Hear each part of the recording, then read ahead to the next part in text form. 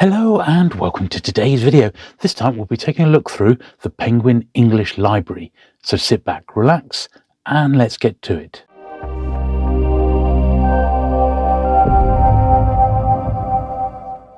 Okay then, so I thought I'd start with this leaflet which announces the arrival of the Penguin English Library.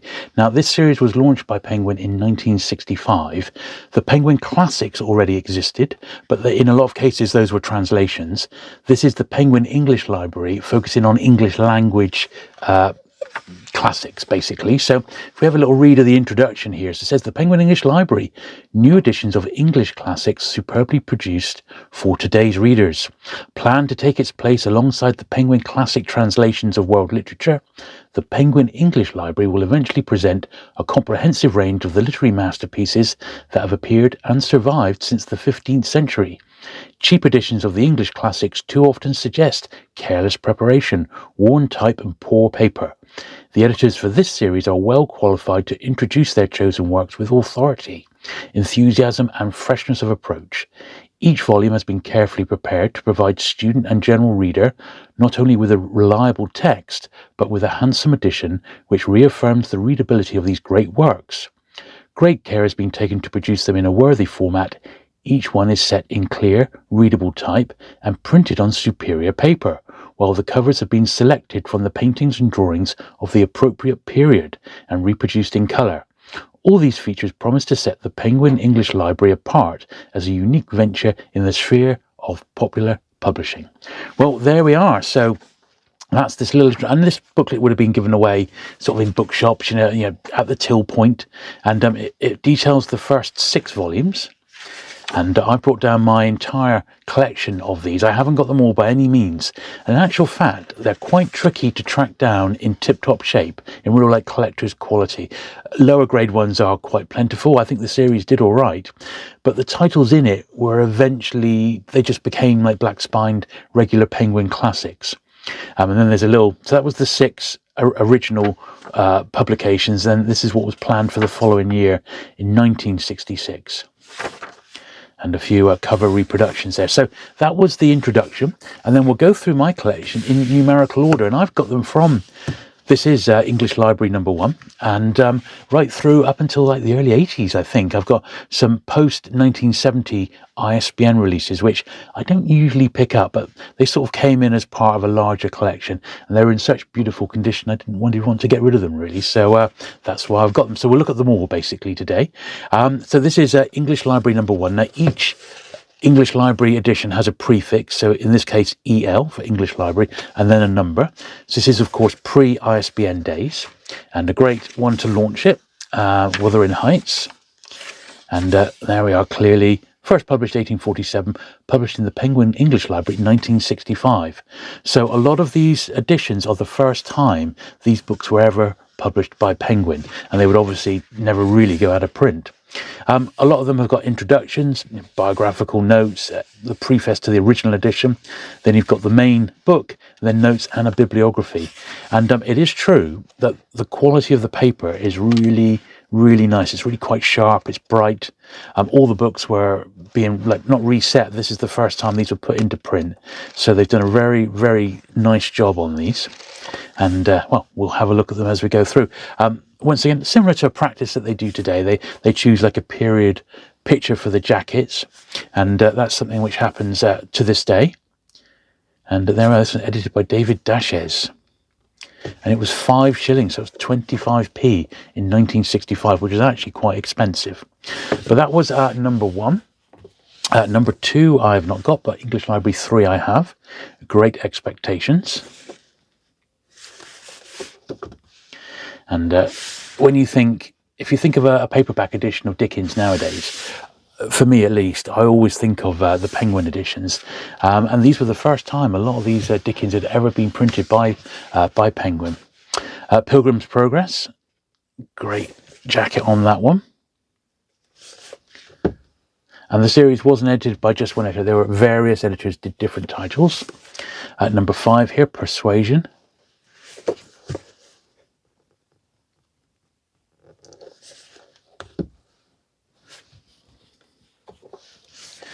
Three Jacobean Tragedies. EL6 for that one.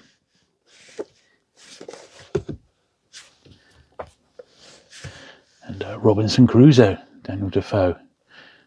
Great one, that. Number 7. The first real, what I would call beefy book, real big thick one, this. David Copperfield. This is EL8. So if you have a look through this one.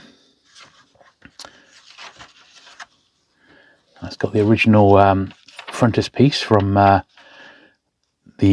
it was published as a part work, in effect. They published like a chapter a month, didn't he?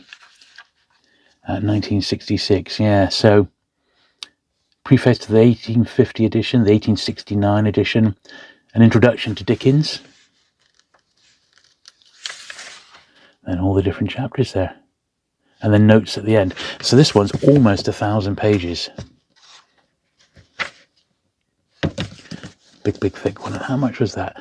8 shillings and 6pence. So these were not cheap, but I guess they were the definitive text, weren't they? Tom Jones, Henry Fielding, another big one.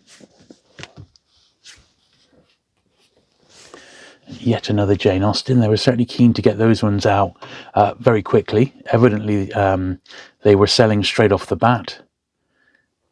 Emma, gone up to 6 shillings there. We are into the following year now. Jane Eyre.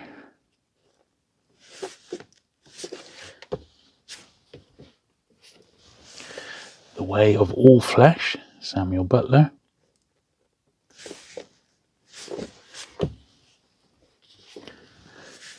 The Moonstone, Wilkie Collins. That's a nice jacket, isn't it? This is EL14. 6 shillings again.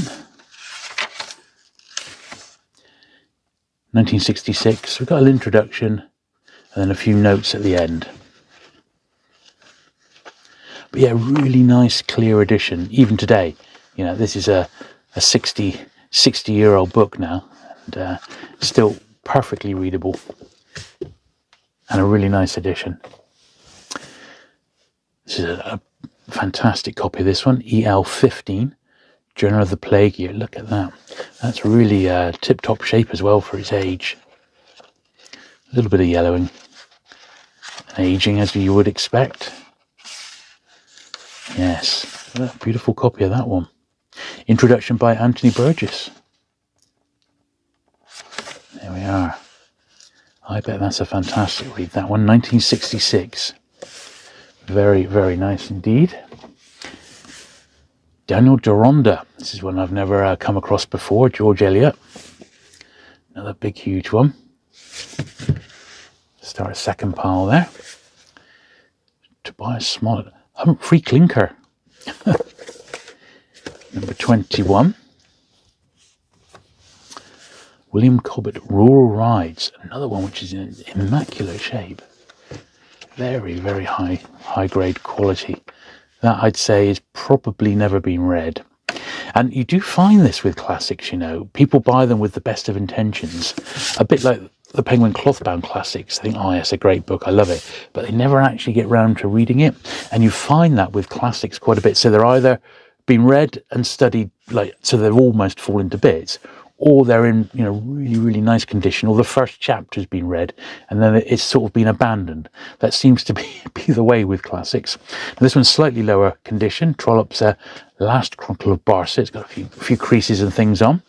But I think particularly with the thicker books, I'm prepared to be a bit more forgiving with them, simply because they've been through the ringer a little bit more and are more easily damaged. Little Dorrit, another big Dickens book. Once again, a little bit of wear on this one, but I'm not too worried. So it looks like it's got the original illustrations by Boz, was it? Yeah. Oh, Fizz, rather. Illustrations by Fizz. 1967 now. And quite a bit, you know, before the book even starts, you've got about 30 pages of notes and stuff. And an appendix as well. Very, very good. Just the way that the Penguin Black classics are today, in fact. Sentimental Journey, Lawrence Sterne, Through France and Italy. A thin little tome, that one. 3 Restoration Comedies, number 27. Yeah, they all appear to have different editors. What a great one this is. Absolutely gorgeous. Look at that. How good is that one? That is really nice. English Library number 28. Selected writings of Edgar Allan Poe. And much of madness and more of sin and horror, the soul of the plot. Ooh, good stuff. Should we see what's actually in this one? Poems, Tales, Essays and Reviews. Edited with an introduction by David Galloway. There we are. So the introduction, before we even get into the main text, is 47 pages. 1967, this edition. So it starts off with his poems, then some tales. Yeah, all the famous ones are there. Mask of the Red Death, Telltale Heart, Pit and the Pendulum, Hop Frog, which they've just re-released for the 90th Penguin anniversary. Then some essays as well and notes. Very, very cool. That's great. And what a fantastic choice for jacket. Whew. Good stuff on that one. Melville, yes, another favourite of mine. Billy Budd, Sailor and Other Stories. I know my friend Steve, the Outlaw bookseller, was complimenting this particular one. It's not one I've read, but his other works are very much on my radar now, having recently reread Moby Dick and absolutely loving it. In fact, if you've not seen my little video on how best to read Moby Dick for maximum enjoyment, I'll link to that particular one at the end because, boy, oh boy, that is a great book. English Library 32, here we are, New Grub Street, George Gissing. Very sort of pastely washed out cover on that one, isn't it? 8 and 6. Samuel Johnson. Selected Writings, EL 33.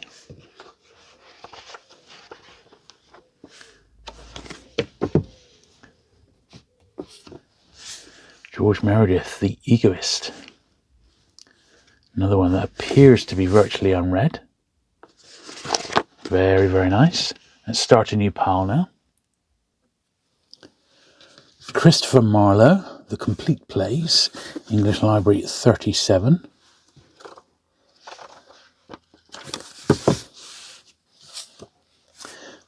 Anthony Trollope, North America. That's a great jacket, isn't it? Lots going on there.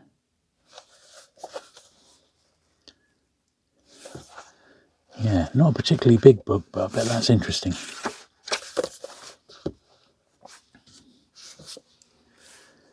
Three Elizabethan Domestic Tragedies. Wow.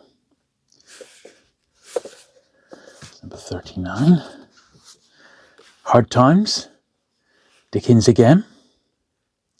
42, one of his great books. I mean, almost all of them are great, aren't they? But Hard Times is a good one. Thomas Love Peacock. Nightmare Abbey. Crochet Castle. That is a nice jacket as well. They often tell you where the cover illustrations have come from, the paintings. Just wondering if I can see anything to that.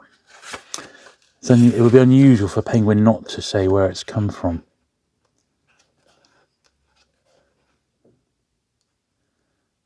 Yeah, interestingly, I can't see anything there about where the cover painting is from. There we are. Nothing obvious, anyway. Matthew Arnold, Selected Prose. And this one, I notice, is the first one I've got, which is ISBN. So if we have a look at English Library 45 here, this is published 1969. And we know Penguin started using ISBNs around 1969-70. So yeah, this is 1970. So that would be spot on. I said I've got about this many again in ISBN simply because they're generally in such beautiful condition. They were too good to turn down. And, you know, it's a fantastic library to have on your bookcase, I can tell you that. Northanger Abbey, Jane Austen, another great book. And Persuasion. Now this one, if you remember, it came out as English Library number 5, but this has got a different jacket. So why? Yeah, this is just the reprint of it by the look of it. So probably don't need to keep a second copy of it, but I'll keep it for now. Pride and Prejudice. So these are all later ISBN ones in approximate, well, they're just in author A to Z. And my ISBN run goes up to, I think I didn't see much past about 1980. So, but there were so many great ones published in the 70s, I didn't want to just ignore them. Villette, Bronte.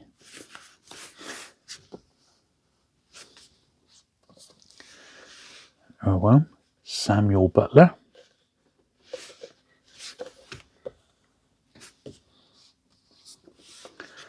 Lord Byron, Selected Prose.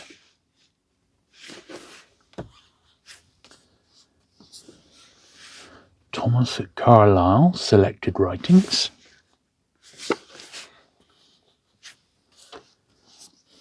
Daniel Defoe, A Tour Through the Whole Island of Great Britain. A big book. I mean, this looks virtually mint and unread. Just a touch under 700 pages. 1971. I would say with this one, the quality of the paper isn't quite as nice and fresh and bright and white as the earlier ones. So maybe they had to keep the cost down. They potentially went to a slightly cheaper paper format, maybe. American Notes, Charles Dickens, for general circulation. Yeah, absolutely perfect copies of these. This is 50p. When it was brand new.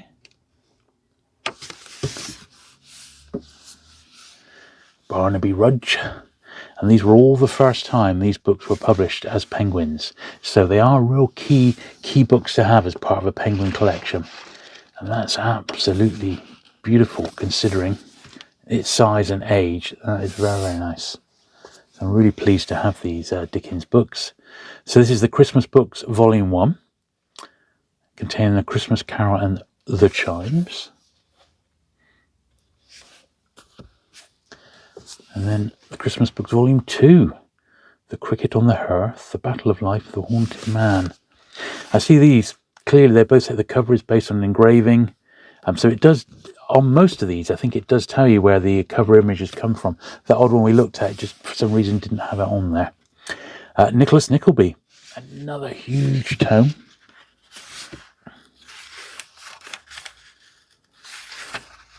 Yeah, 1978, this was first published by Penguin. Yeah, once again, almost 40 pages before you actually get into the book itself, with even suggested further reading.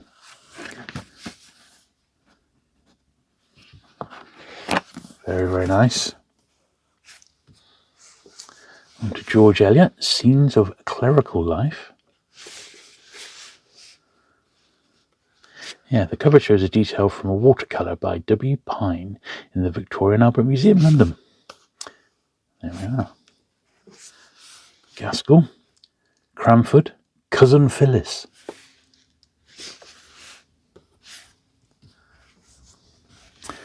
And Mary Barton, another great painting, that one. But not credited on the back, so we'll have to take a guess on that. North and South.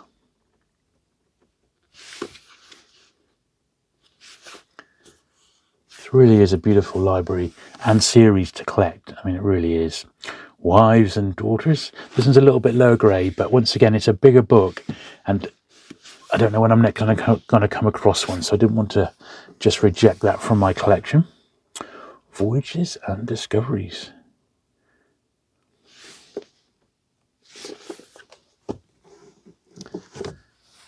And Hawthorne, The Scarlet Letter, and Other Tales. She doesn't look very happy, does she? Let's be honest. Another one, I mean, virtually mint, you've got to say. Beautiful condition. There we are. Okay, that's the portrait of Hawthorne, not on the cover. 1970. So these are very early, even though they're ISBN. Right, I've got one more stack to dig out. Right, the last little batch now. So we've got William Hazlitt, Selected Writings. A boxing match going on there. Bare knuckle boxing. Women in Love. D.H. Lawrence. Now this was of course published as part of the main series back in the day. It may even credit this. Penguin published it. They may even actually have it credited. Let's see. It doesn't, but first it's first published in the Penguin New English Library in 1982, but it was definitely published as a main series Penguin in the 1950s. So, but they don't actually acknowledge that. Lord Macaulay, The History of England. A lot of these do look like they've been bought from brand new and just never ever read. Sir Thomas Malory, Le Morte d'Arthur, Volume 1 and Volume 2. It's a two-parter there. And a real favourite of mine, as mentioned earlier, Moby Dick, huge tome. It's the only copy of this I've ever found. It's difficult to find in the New English Library. There we are in 1972. My copy sadly got some water damage, but I'm still not going to get rid of it because it's such a great edition. Very, very nice indeed. And a TP. Once again, this is published by Penguin all the way back in 1938 as a Penguin Illustrated classic, but I don't think it's even acknowledged in here. Maybe they just didn't think. Yeah, published in Penguin English Library, 1972. So they don't even acknowledge that Penguin actually published this, 37 years prior to this one coming out. But there you go. There you go. John Milton, Selected Prose. And this one's interesting because it's got ISBN, but it also has English Library 91 on the spine. If you're a real, fastidious collector, you can look at the ISBNs and work out numerically the series number. I've never really gone down that avenue. I love Penguin books and I've got plenty from the 70s and 80s and beyond, but I do admire their original numbering system, and that's basically my guide to collecting. I try and collect pre-ISBN if possible. Okay, Thomas Nash, The Unfortunate Traveller and Other Works.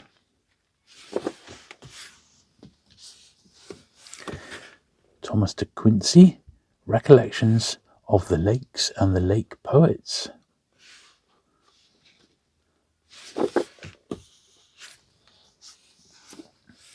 Sir Walter Scott, Old Mortality.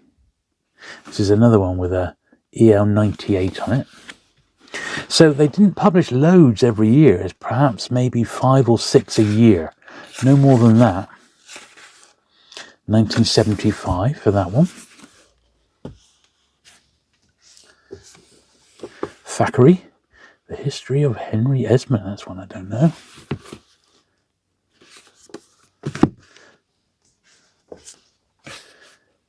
Edward John Trelawney, Records of Shelley, Byron and the Author.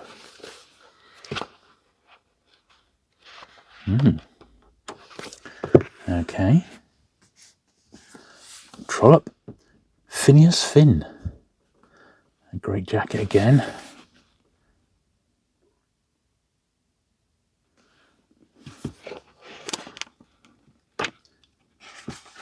Yeah, introduction, bibliography, the background of Phineas Finn.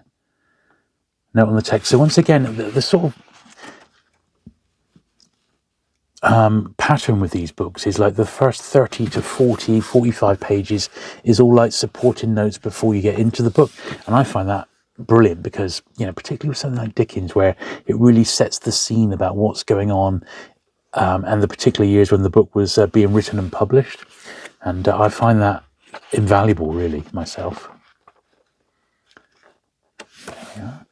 Coney catchers and baldy baskets. What's all this about then? It concerns the world of patriarchs, palliards, and priggers of prancers. Okay.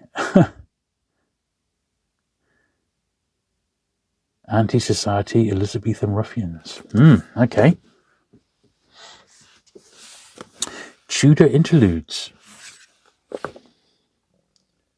10 plays from Tudor times, I guess. Now this next one is the one and only book I've got in B format. It's larger than regular paperback A format size. Selections from The Tatler and The Spectator, published as a New English Library. yeah, represent the writing of these two major 18th century periodicals. There we are. £3.75, so this must be quite a late one for the collection. See if we can get the date on this. 1982. Yeah, that's probably about as late as it gets, pretty much. Then the very last one I've got is 4 Jacobean City Comedies. Look at that. And that says English Library 101. There we are. Fantastic. Well, I think before we go, I'll just give you a quick look at the spines, see them all spine on. Okay, so a bit of spine footage here.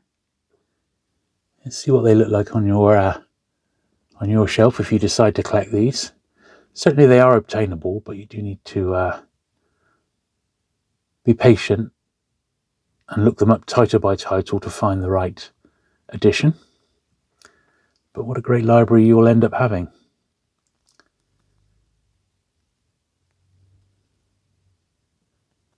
So anyway, there you go. I hope you've enjoyed this little look at the Penguin English Library. If you have, please give the video a thumbs up.